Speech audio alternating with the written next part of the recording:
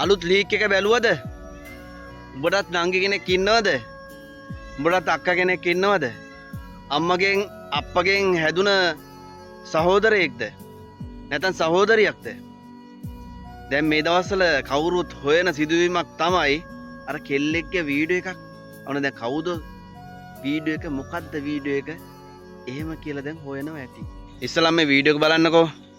ප්‍රශ්නයක් ගැන කියන්න තමයි මම ආවේ. මොකද දැන් එඩිට් කරපු වීඩියෝ එකක් මේ වෙනකොටත් WhatsApp group වල, එතකොට දැන් TikTok එකෙත් මම දෙක තුනක් දාලා තියෙනවා. ඉස්සෙල්ලා like reviews හදාගන්න. දැනටමත් අපි ඒකට legal action අරගෙන තියෙන්නේ 4 දෙනෙක්. මේ වෙනකොටත් 4 දෙනෙක් අල්ලගෙන එයාලගෙන් ප්‍රශ්න කරගෙන යනවා.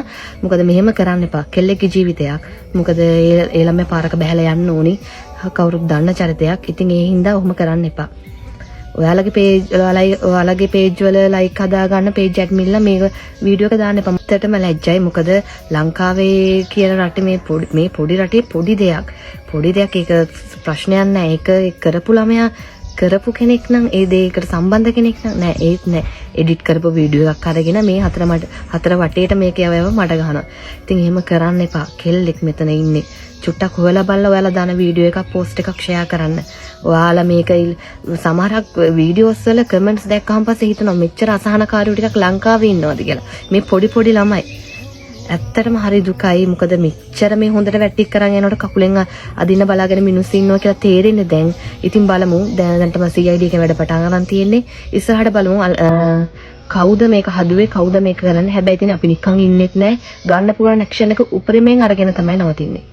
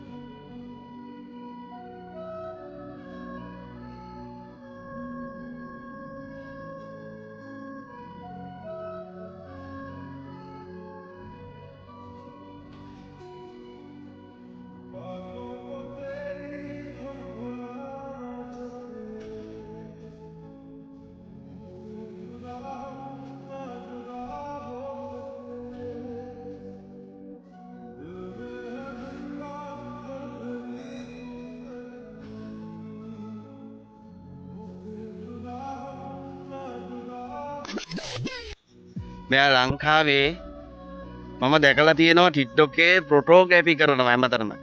හැබැයි මොන ග්‍රැෆි කරත් මොන ජොබ් එක කරත් කෙල්ලෙක් කවදාවත් තමන්ගේ ආත්ම ගරුත්වයට හානියක් වෙනවට කවුරුත් කැමති නෑනේ.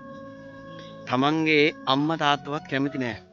හැබැයි දැන් ලංකාවේ AI කියලා තාක්ෂණයක් තියෙනවා.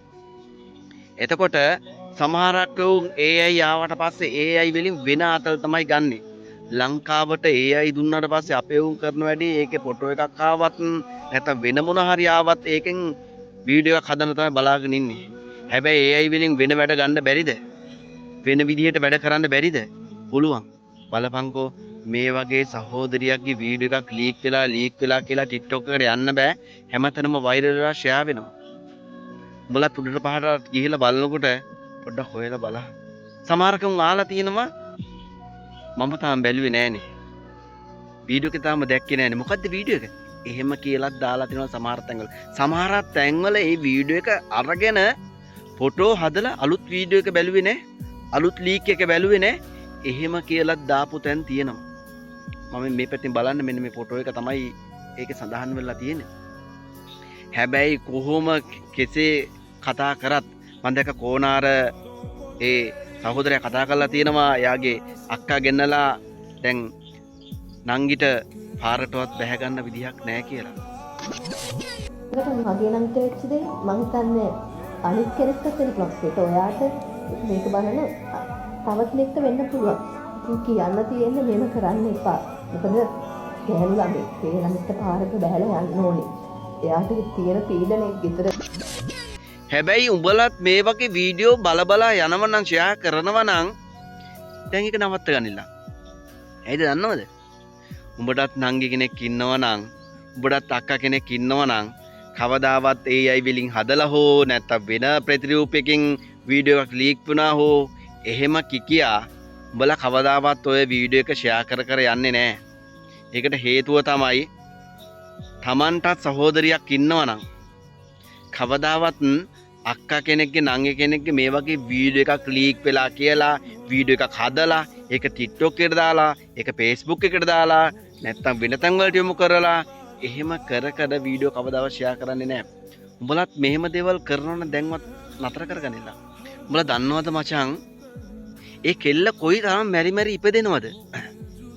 මගේ වීඩියෝ එකක් හදලා මේ කට්ටිය ෂෙයා කරන හැමතැනම කියනකොට පාරකට බහින්නේ කොහොමද? ගමේ නගරකට යන්නේ කොහොමද? ගෙන් එළියට බැස්සට පස්සේ ගමේ මිනිස්සුන්ට මූණ දෙන්නේ කොහොමද? කවදාවත් එහෙම කරන්න එපා. ජීවිතය කියන්නේ මොකද්ද? කවදර දවසක ඔයත් කසාද බඳිනවා. සමහරක් වෙලාවට ඔයාගේ දරුවටත් මෙහෙම දෙයක් වෙන්න පුළුවන්. සමහරක් වෙලාවට ඔයාගේ අක්කටත් මෙහෙම දෙයක් වෙන්න පුළුවන්. නැත්නම් ඔයාගේ නංගිටත් මෙහෙම දෙයක් වෙන්න පුළුවන්.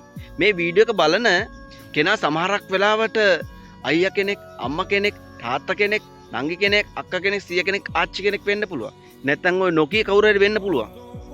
හැබැයි මචං කෙල්ලෙක්ගේ වීඩියෝ එකක් ෂෙයා වෙනවා කියලා, කෙල්ලෙක්ගේ වීඩියෝ එකක් ෂෙයා විවි යනවා කියලා ඒක TikTok එකට හදලා දාලා TikTok එකේ වීඩියෝ එක ෂෙයා කර යන්න එපා. එහෙම කරනවා නම් චුට්ටක් නවත්ත ගනින්න. මොකද උමුත් අම්මා කෙනෙක්ගෙන් තාත්තා කෙනෙක්ගෙන් හැදිච්ච දරුවෙක්. උමුත් ආසයි ගමට රටට නගරයට මූණ දෙන්න. හැබැයි උඹලා දැන් ඒක දැක මොකද්ද මේක වීඩියෝ එක? මොකද්ද මන් දැකලා නෑනේ. එහෙම කියලා ෆොටෝ එකක් අරගෙන වීඩියෝ එකක් හදලා ඒක ෂෙයා කරලා එහෙම කර යන්න එපා. ඒ වීඩියෝ එක මොකද්ද කියලා මෙන්න කෝනාර විලොක් එකේ දාලා තියෙනවා.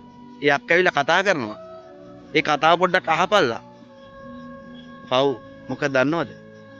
කවදාවත් මචං සහෝදරියකට පොල්ලෙක් කවදාවත් ඇවිල්ලා ළඟට ඇවිල්ලා බදාගෙන දූෂණය කරනවට උඹලා කැමති නෑනේ. එහෙම ලිංගික මොනවා හරි දෙයක් කරන උඹලා කැමති නෑනේ. අම්මා කෙනෙක් තාත්තා කෙනෙක් තමන්ගේ දරුවෙකුට කරදරයක් වෙනවට කවදාවත් කැමති නෑ.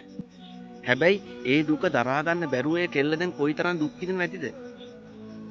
ඒ කෙල්ල මාර විදිහට ෂොක් එකකින් නැත්තේ. හැබැයි අවසාන වශයෙන්ම කියන්නේ මේක කරනවා නම් වීඩියෝ එක හොයා යනවා නම් AI වලින් මෙහෙම දෙයක් කරා නම් කවුරු හරි කෙනෙක් ඒක නීතිය අනිවාර්යෙන් ක්‍රියාත්මක කළ යුතුයි. ඒකට හේතුව තමයි මේ ලංකාවේ ජීවත් වෙන කෙල්ලන්ට මෙහෙම දෙයක් වෙන්න දෙන්න හොඳ නැහැ. ඇයි දන්නවද? සමහරක් වෙලාවට ඔබේ දරුවෙක් වෙන්න පුළුවන්. හෙට ඔබේ දරුවට කරන්න පුළුවන් මේ වගේ දේවල්.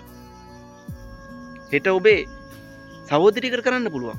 හැබැයි මෙහෙම දේවල් කලනවා නම් දැන්වත් නවත්තා ගනිilla. හැබැයි මේ වගේ කරන උන්ට ඔබට මොකද්ද කියන්න තියෙන්නේ? අදහසක් දාගෙන යන්න. මම කැලුම් දිසානායක.